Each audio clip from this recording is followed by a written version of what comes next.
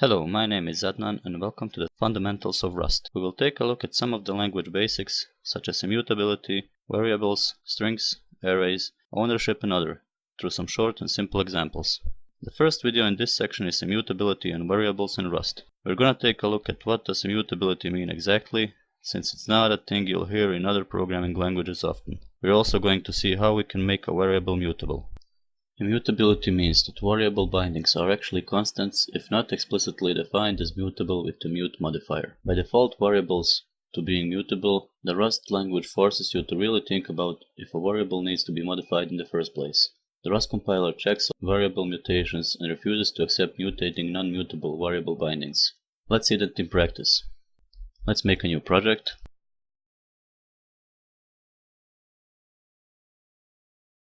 Navigate to your project directory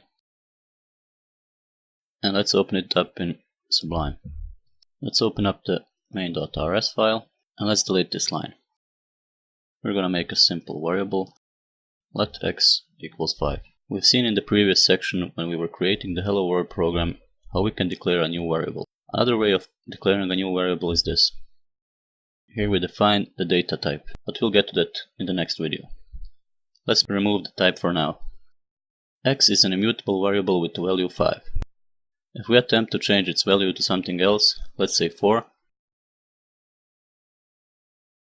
and let's try to compile this.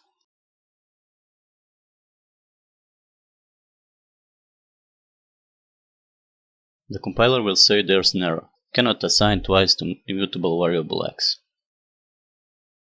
Now for making x mutable, we put the mute modifier after the let keyword. Let's do that and run this again.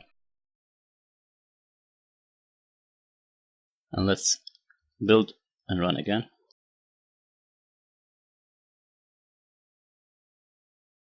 It has compiled successfully.